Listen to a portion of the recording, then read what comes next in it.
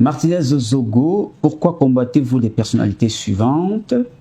La première, c'est Samuel Mvondo Ayolo. La deuxième, c'est Motazé. La troisième, c'est Amogo Belinga. Et Messanga Nyamding. Alors, on va commencer par Samuel Mvondo Ayolo.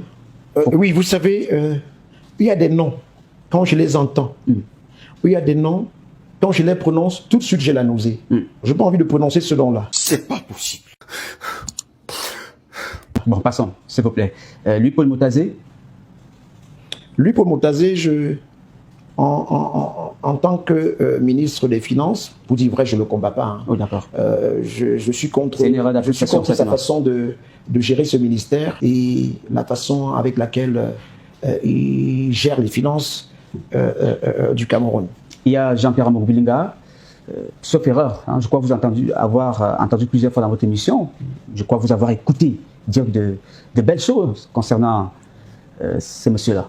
Oui, c'est vrai qu'au départ, j'ai toujours pris et fait pour cause pour Jean-Pierre Amogo Belinga. Chaque fois qu'il a été en difficulté, vous m'avez certainement suivi dans mes émissions, je prenais fait pour cause pour sa personne, mais j'ai été désagréablement surpris, ça je vous le dis aujourd'hui, que Jean-Pierre Amogo Belinga, pour arranger ses démêlés avec le directeur du cabinet civil, se servent de moi quand j'étais dans des problèmes. Et je vous le dis clairement, Georges Meka, le procureur de la République de l'époque, s'était confié à un ami, dont je préfère dire le nom, s'ils veulent, je pourrais citer le nom demain, que Jean-Pierre Amogo Belinga l'a mis dans les problèmes, il lui a mis la pression pour qu'il m'incarcère. Ça, c'est Georges Meka, ancien procureur de la République, centre administratif Yaoundé, tribunal de première instance, qui s'est confié à un de ses amis qui était l'ami à moi. Alors, à partir de cet instant, je considère que Jean-Pierre Amogo Belinga... c'est grave ce que vous dites, hein, quand même. Je le dis. Pour moi, Amogo Belinga n'est pas une personnalité. Pour moi, ce n'est pas un milliardaire établi. Vous comprenez? Il n'est ni opérateur économique dans le sens propre du terme, il n'est ni industriel. Les milliards qu'il a, tout le monde peut procéder par cette façon pour les avoir. Il n'a fait aucun travail extraordinaire. Pourquoi vous ne le faites pas? Vous devenez milliardaire vous aussi? Je n'ai pas envie de faire comme lui parce que demain je pourrais être rattrapé. Par quoi? Par la justice. Demain il pourrait être accusé de 2 ou 3 petites choses.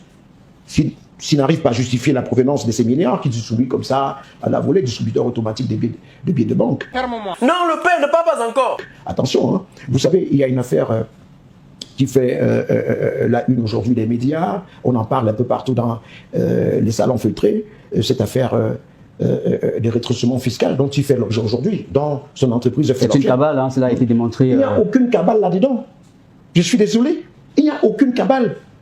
Depuis l'indépendance du Cameroun, avez-vous déjà appris qu'un opérateur économique ou un industriel camerounais ou un homme d'affaires reconnu comme tel, établi comme tel, a poursuivi en justice des fiscalistes pour arnaque ou bien... Sauf qu'ils ont été piégés, je crois, dans son bureau. Vous connaissez bien... Avec des caméras dissimulées, Monsieur Paul Désir, ça et là. Vous connaissez bien... Qui les ont filmés en train de prendre des backshish, des rétrocommissions. Vous connaissez bien Monsieur Jean-Pierre Amogo Belinga. S'il avait ses preuves, il les aurait déjà publiées partout.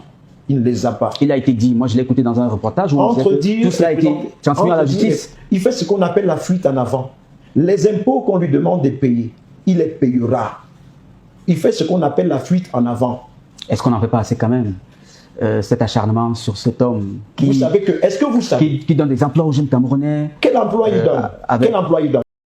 Il donne quel emploi? Il y a quand même toutes les structures dont il est le patron, c'est évalué à 1000 personnes environ. J'ai pas envie de faire son avocat ou vous ne pouvez même pas le faire puisque de les défendre, mais pour jouer les avocats d'Amogo Belinga sur le plan médiatique, il faut avoir les éléments. Vous ne pouvez même pas avoir les éléments pour le défendre. Il est indéfendable, ce monsieur. Ce monsieur, oui, il a joué les hommes généreux en donnant de l'argent à qui en fait la demande, à gauche et à droite, mais dans le fond, c'est quelqu'un pour qui moi je n'ai plus de respect. C'est quelqu'un pour qui moi je n'ai plus de respect.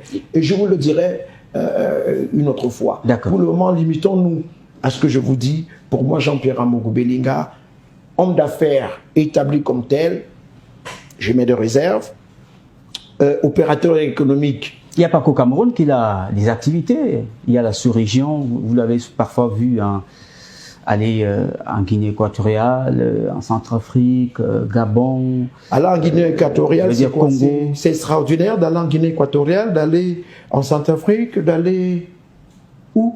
En France, par exemple, où il a une Vous chaîne de connaissez les télévision. hommes d'affaires qu'on a dans ce pays et qui sont reconnus comme tels, qui payent des centaines de millions, des milliards aux impôts. Pourquoi ils n'ont jamais eu ce problème? Point d'interro. Pourquoi la première fois que l'administration fiscale a des problèmes avec un supposé opérateur économique, c'est lui? Il faut faire attention. Il paye les impôts, il les payera. Sanga Yamding, c'est le dernier nom sur la liste. Oui, mais Sanga Yamding, c'est quelqu'un qui est très aimable, c'est quelqu'un de sociable, c'est quelqu'un que nous aimons tous. C'est bien qu'il ait compris qu'il faille sortir les Camerounais de l'ignorance, de la désinformation, en les informant naturellement. C'est bien qu'il le fasse, mais je voudrais qu'ils comprennent que l'acharnement contre lui, tel que c'est parti là, s'il n'a pas le soutien, un tant soit peu, du président de la République, il sera broyé. Vous avez dit qu'il sera broyé. Il sera broyé. Broyé, c'est-à-dire renvoyé à Garoua, Il sera paralysé sur le plan politique, sur le plan professionnel, sur le administratif. Donc on va essayer de le paralyser à ce niveau. On va essayer même... Vous avez ces confidences, ces informations? Oh oui, je pense que je suis mieux placé pour vous dire une certaine vérité. Et ça, je vous le dis brutalement. Mais Sanga Yamding a dit être en danger. Alors il est vraiment en danger, vous dites? Mais bien sûr, à partir du moment où on n'a pas tenu compte de son handicap visuel, on l'a envoyé très loin de là, en principe, où il devait être au moins pour qu'il suive son traitement tranquillement. On l'a envoyé très loin de sa base. Maintenant, il est pourchassé par les caciques du RDPC. On va prendre une autre question. Les lanceurs d'alerte et journalistes combattent les collaborateurs du chef de l'État. Pourquoi et qu'en pensez-vous? C'est Ondoa Richard de Yaoundé qui nous envoie cette question. Oui, je vais vous dire quelque chose. Il faut bien m'écouter à ce niveau.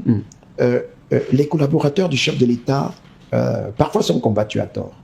Peut-être parce qu'ils sont très distants, ils sont loin de l'essentiel du peuple. Peut-être parce qu'ils ne sont pas accessibles, pour certains naturellement. Peut-être aussi parce que c'est des gens réservés. Vous comprenez? Oui. Mais je dis c'est à tort qu'on s'attaque à certains. Je vous prends le cas de M. Simon-Pierre Bikele, qui est le chef du protocole d'État, c'est ça? Tout à fait. C'est quelqu'un de très réservé, c'est quelqu'un qui n'est pas matérialiste, c'est quelqu'un qui n'a pas un goût poussé vers l'argent.